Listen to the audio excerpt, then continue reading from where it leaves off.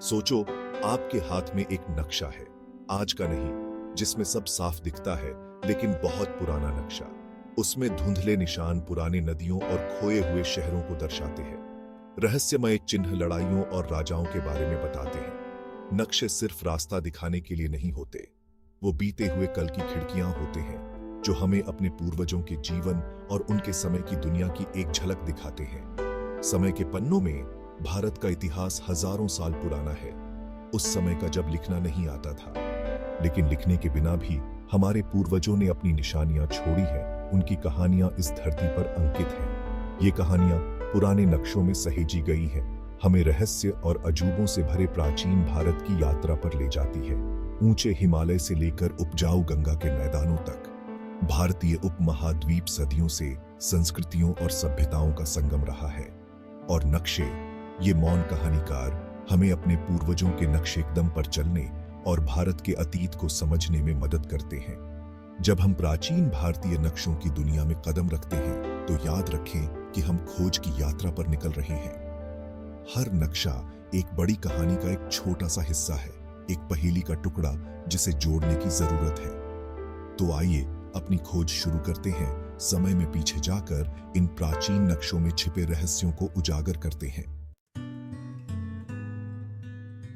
एक ऐसे समय की कल्पना करो जब गूगल अर्थ नहीं था, जब उपग्रहों ने हमारे ग्रह के हर इंच का नक्शा नहीं बनाया था। हमारे पूर्वज, जो धरती से जुड़े हुए थे, अपनी दुनिया में घूमने के लिए अपने ज्ञान और प्रकृति की समझ पर निर्भर थे।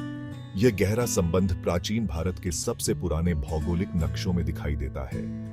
छाल, मिट्टी की प्लेटों या यहां तक कि गुफा की दीवारों पर बनाए गए ये नक्शे सिर्फ भौतिक स्थान के प्रतिनिधित्व से कहीं अधिक थे। वे जीवंत दस्तावेज थे, जो पीढ़ियों से संचित ज्ञान और अनुभव से आकार लेते थे। प्रवाहमान रेखाएं, जो अक्सर उल्लेखनीय सटीकता के साथ उकेरी जाती थीं, सिंधु और गंगा जैसी शक्तिशाली नदियों के मार्ग को दर्शाती हैं, जो प्राचीन भारतीय सभ्यता की जीवन रेखाएं थीं। ये नक्शे भूमि की विविध स्थल आकृति को भी उजागर करते थे। हिमालय जैसी विशाल पर्वत श्रृंखलाओं को श्रद्धा के साथ दर्शाया गया था, जो अक्सर उनकी पवित्र स्थिति को दर्शाते हुए प्रतीकों से सजी होती थी। घने जंगल, जो असंख्य जीवों का घर थे, उपमहाद्वीप की समृद्ध जैव विविधता को प्रदर्शित करते हुए सूक्ष्मता से चित्रित किए गए थे। ये भौगोलिक नक्शे केवल स्थिर प्रतिनिधित्व नहीं थे, वे विभिन्न उद्देश्यों के लिए उपयोग किए जाने वाले गतिशील उपकरण थे। खानाबदोश जातियां जानवरों के मार्गों और संसाधनों की उपलब्धता का पालन करते हुए मौसमी प्रवास को नेविगेट करने के लिए उन पर निर्भर थीं। किसानों ने सिंचाई और कृषि के लिए महत्वपूर्ण नदियों के प्रवाह को समझने के लिए उनसे सलाह ली।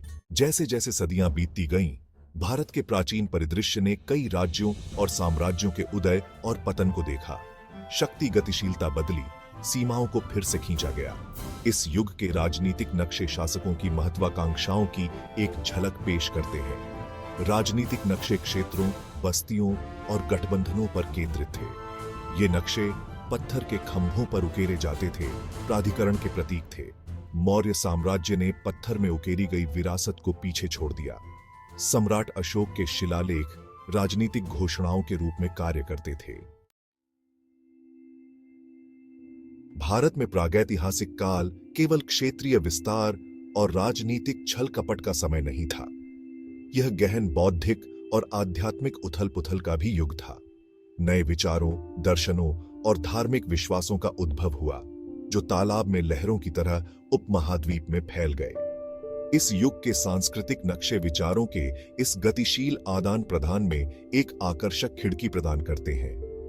ये नक्शे, जो अक्सर भित्ति चित्रों, मूर्तियों के रूप में या धार्मिक कलाकृतियों पर लिखे जाते हैं, विशुद्ध रूप से भौगोलिक से परे थे।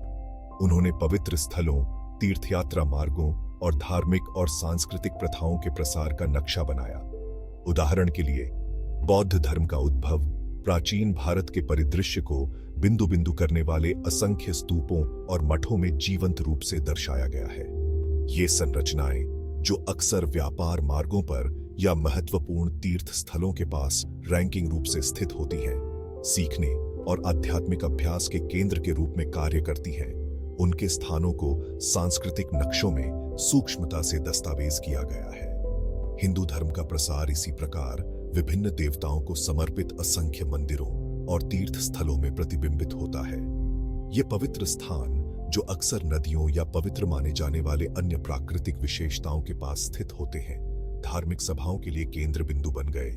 उनका महत्व उस समय के सांस्कृतिक नक्शों पर अंकित था।